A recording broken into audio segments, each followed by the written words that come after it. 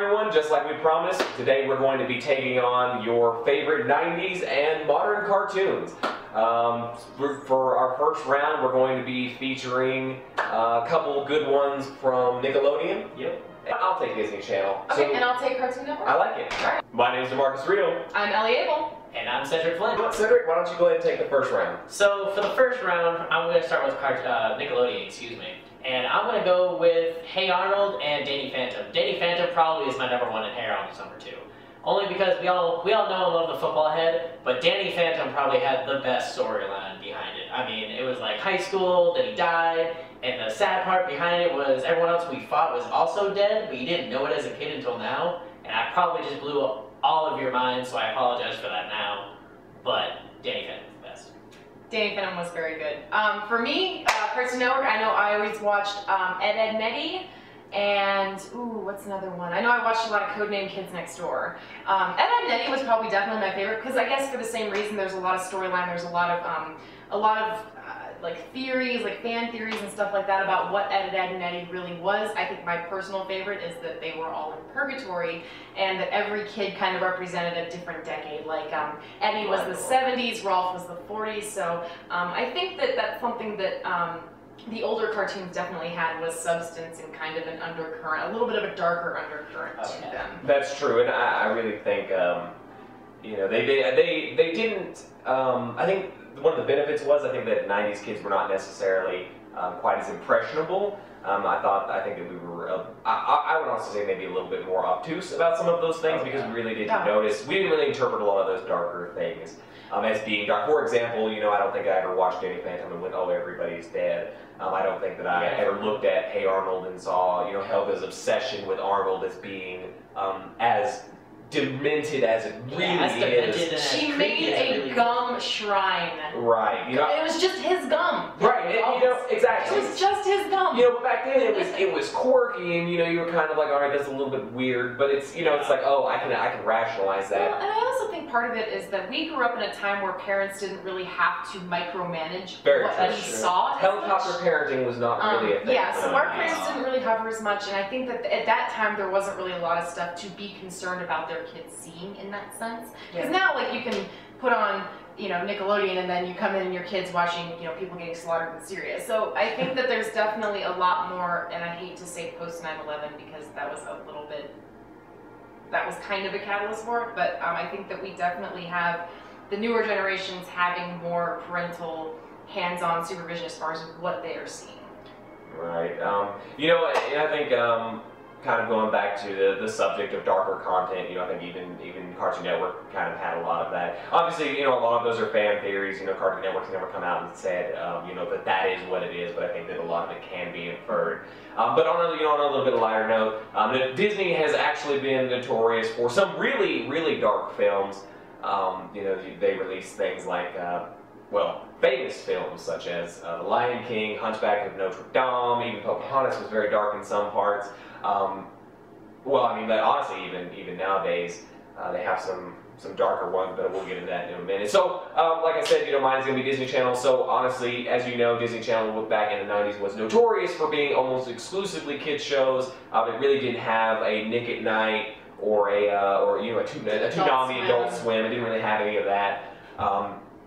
So I'm going to pick Disney's House of Mouse, which I thought was a phenomenal show back in the day. It was really great chance to kind of see clips and snips from your favorite Disney characters, which I love because I love you know, universe crossovers. You see it in like DC Comics and Marvel, they do too. So I'm a big fan of that sort of thing.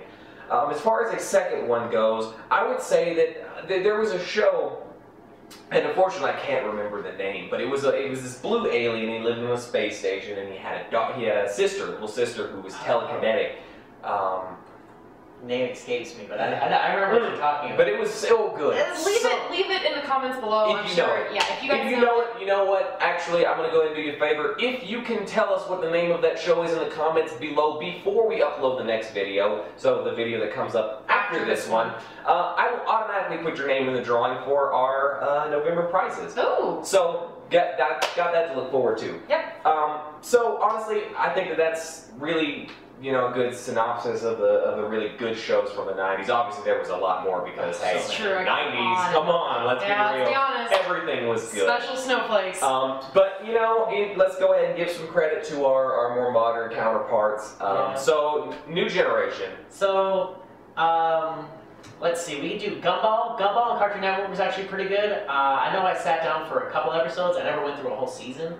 But I actually felt like it had a little bit of a 90s feel behind it. And the character development wasn't just all sporadic and, you know, out there. It was all very, hey, you know, this is one kid. He has a few problems, and all of his friends are a little weird, but he gets through all of his problems. Well, and, you know, and just to kind of piggyback off that, I actually really enjoy the Gumball's art style. Oh, yeah. You know, I think that back in the day, you know, the 90s, we really had a very uniform art style because it was all done by, you know, most of the, you know, a lot of the artists were the same ones. As far as like the character artists, a lot of the voice artists were also the same. You know, Dexter's Lab, you know, Terror, you know, was Terror Strong, I believe. Beatty was Terror Strong. The Powerpuff Girls, you know, Bubbles was Terror Strong. So we really had a lot of the same follow through between each show. So I think they're a lot more diverse. And I think that's what kind of like made you watch some of the shows where you're like, oh, I can recognize that voice just a little bit. Right. So you were like, oh, you know, I actually like this show. It gives you continuity. Well, it was easier to in your imagination insert yourself into the show because you're like, you know, I can relate to these a lot more. I know one other big one for the newer generation was Adventure Time. Personally, I never really got a whole lot into it. I know a lot of my friends did, and they blew up with it. Like they bought shirts, they bought like all the memorabilia. Adventure Time absolutely went viral. I mean, so fast. I would say that it was probably one of the most well-known shows of this generation. I mean, now I think it's starting to taper off a little bit. Yeah, as somebody that doesn't really, and I don't really watch any of the newer cartoons or anything like that, even I have seen episodes of Adventure Time. So yeah, but I think that definitely had, at least in my opinion, a more adult connotation to it. It did. I could very easily see Adventure Time on Adult Swim or like maybe not Nick at Night because they don't really do animated stuff, but I could very easily see that being attributed to more of an adult theme to it just because some of the content is a little bit more innuendo based. Right. And actually, bringing back to Nickelodeon, Nickelodeon just recently announced, if I'm not mistaken, that they're going to bring back like Teen Nick or They did. It's actually right. It's actually the it's the Nickelodeon equivalent of Boomerang. So they will be featuring an exclusively 90s show. So congratulations, Special Snowflakes. You won out. Nickelodeon heard your cries of injustice. So they're going to be bringing back your favorite shows, including Invader Zim. Unfortunately, we don't have any word on whether or not they're going to be renewed for another season. Obviously, it'd be very hard to kind of pull some of those people back together, especially since, unfortunately, the woman who played Miss Bitters, who voiced the teacher, she actually passed away fairly recently. So very unlikely that they will get renewed for a second season, but hey, even the reruns are phenomenal. Definitely want to check out that station. We will leave a link to their new page below. Ellie, what do you have for Nickelodeon? Oh, as far as like the newer stuff goes? Absolutely. Oh, good lord. I don't know. I can't think of anything that I've seen on Nickelodeon recently. Let's see, for Nickelodeon. Yeah, I can't really actually. I don't know if they've really, because of course they're still riding the SpongeBob cash cow into oblivion, so I know that is still going on. Yeah, that's fair. But I really can't think of any shows that I remember seeing going, oh, Nickelodeon's stepping up their game, because they're all very Cartoon Network, you know, like Adventure Time, and they're bringing back, you know, a couple older shows. I feel like rivalries were a little bit bigger back in the 90s than they are nowadays. Well, because I remember, well, not even that they were necessarily big, but I feel like the kind of personalization of picking one side or the other was a little bit more personal. Because I remember looking at like McDonald's and Burger King going, oh, well, I'm a McDonald's person. I remember looking at, you know, Nickelodeon and Cartoon Network going, oh, well, I'm a Cartoon Network kid. You know, I'm not, I would watch Nickelodeon, but I was about Cartoon Network, so I think that it's a little bit different now. No, like, don't get me wrong. Nickelodeon had like Fairly Odd Parents, which I watched a lot of. Phenomenal. Angry Beavers, Phenomenal. Rocket Power. Phenomenal. But all of those phenomenal. I think once you started getting, you know, like a little bit older, like 10, 11-ish, you started converting over to Cartoon Network because you started to relate to it. Like, you had Samurai Jack, which was great. You had Courage the Cowardly Dog, which is still my personal favorite. Still absolutely I amazing. forgot Absolutely about amazing. it. Totally disturbing and just beautiful. But yeah, one of my personal favorites is easily Dexter's Lab still. Phenomenal. Absolutely. Who doesn't love Dexter's Lab? See, and that guy, again, can't remember his name. I feel he did so many great shows. He did Powerpuff Girls, Samurai Jack, which is amazing. Foster's Home for Imaginary Friends. Oh my lord. What was the one? My Life as a Teenage Robot. He did all kinds That's true. I mean, awesome shows. there was also, you know, so there is some crossover there because, like you said, you know, he did do My Life as a Teenage Robot. He did do, you know, a couple other things that are more modern. You know, I really wish that I could remember his name because he's actually one of the biggest artists for. So we'll do this again. If you remember the name of, if you guys know for sure what the name is of the guy that created Powerpuff Girls and Samurai Jack and all that, leave it in the comment.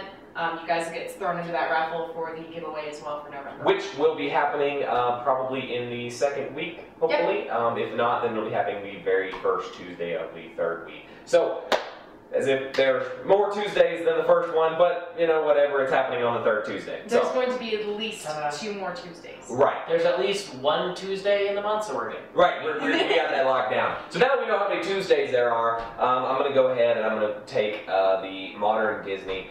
You know, I think that there's a huge, obviously, you know, I'm not going to rehash it, there's a big difference between the content. I think that Disney nowadays has really moved away from the cartoony content. You know, they really don't have a lot of the same shows that they used to. And I would argue that even I mean, they did move to a more live action audience, you know, the actual actors. Back then, you know, we really only had like, you know, That's So Raven and Even Stevens. The whatever that show was that had Hilary Duff and Lizzie McGuire. Lizzie McGuire. Big Lizzie McGuire. No extra contest for you. We knew that one. No, I knew that one. So you know, I definitely, you know, we had a couple back then, but we really didn't. It wasn't as prominent on Disney as it is now. I think they have some really. Actually, I just because I'm not gonna try to hide it. I love Frozen, and they did the. I don't know if you've ever watched these. If you haven't, you need to. But basically, every couple of years or so, Disney does what's called a Disney Star mashup, where they bring in all of the Disney stars from that current generation, and they have them do a vocal performance. And it's usually to whatever their hit song is. So, of course, naturally, this year, Let It Go. Let It Go. Oh, God. Well, actually, no, I take it back. It was Do You Want to Build a Snowman? Oh, really? It did, and it was phenomenal. I will actually put that link in here. But actually, you know what? It was so good. I'm not going to give you a link. I'm going to put it, boom, right there. Click it, please do, because it is so good. It is so good. It actually has the guy from Everybody Hates Chris. Oh, he's actually a Disney star now. So you know, don't think that there's not a lot of overlap between our generations. You know, I think. Definitely a lot of that. I would actually say the second favorite movie of this generation was probably Tangled. Because if you go to Disney now, Tangled is everywhere. It is beautiful. I thought Tangled was great. I love Tangled. Yes, love Tangled. I personally am definitely a big How to Tame Your Dragon fan because I cried like a baby during the second one. And I actually genuinely love those movies. Right, those are really good, so good. So yeah, I definitely think that there are a lot of movies that this generation has to offer. I know, like Brave, Tangled. So that's something that Disney's kind of gotten out of the realm of television, and they're definitely much more movie franchise based. Right. You know, and actually, I think that's probably, and you know, not going into too much detail because I think we should probably do a Disney piece later. Oh, we can do tons of Disney. Right, but you know, I definitely. 5%. Yeah, we're running low, so I think it's. So you know, definitely, I think that Disney has become a lot more franchise-based in recent years. Definitely on that marketability. So real quick before we go, let's do one quick rundown. So Nickelodeon, 90s or modern? Ooh, definitely 90s for sure. Modern has really gotten away. I can't really pin anymore. Like before, you could be like list 5 and be like, bam, that was it. Now you're like maybe 1 or 2, but even that's rough. Yeah, well, I think, at least from the Cartoon Network standpoint, I think that they have done a fairly decent job of trying to preserve some of the older stuff that they've done while they mix in some of the newer stuff. So I think that really Cartoon Network has been a little bit more successful as far as integrating both generations into, like, they're redoing some older shows while they're bringing in new shows that our generation likes as well. So I think Cartoon Network actually did very well for themselves. So I would say that I'm a little biased towards being a 90s person, but I'm also very excited to see some of the stuff that Cartoon Network does come up with recently. Right. You know, honestly, I'm going to go ahead. I'm going to break the 90s mold and just say that I actually think that Disney has done really well for themselves in the modern generation. You know, they definitely are not anywhere near what they used it to be in terms of content as far as similarities go back in the 90s. But I think that they've actually done really well as far as shifting their focus into these new markets and really, really targeting kids. I mean, they eat up Disney like it's a drug. Oh God, like it's candy. So you know, that's all the time we have for today. Until next time, please keep watching. Leave your likes and comments below. We really love your feedback. It helps us grow and build. As you can see, we've taken all of your suggestions into account. Lighting's better, visuals are better. You know, we even added a new guy because he's kind of funny so if you guys don't like the new guy, only sometimes. let We'll us kill know. him. We'll kill him. I mean, they're on tonight, so that's all that matters. So that said, keep looking out for next Tuesday where we will have more content for you. Keep out looking for the next Tuesday where we have the final questionnaires for that contest. So be looking out for that. Ellie? I just keep in mind, I'm Ellie Abel. I'm DeMarcus Rio. And I'm Cedric Flynn. And don't forget to go ahead and check out the Digital Cool Kids table on Facebook, Twitter, and Instagram. Until next time, remember, it doesn't have to be right, it just has to make sense. Bye!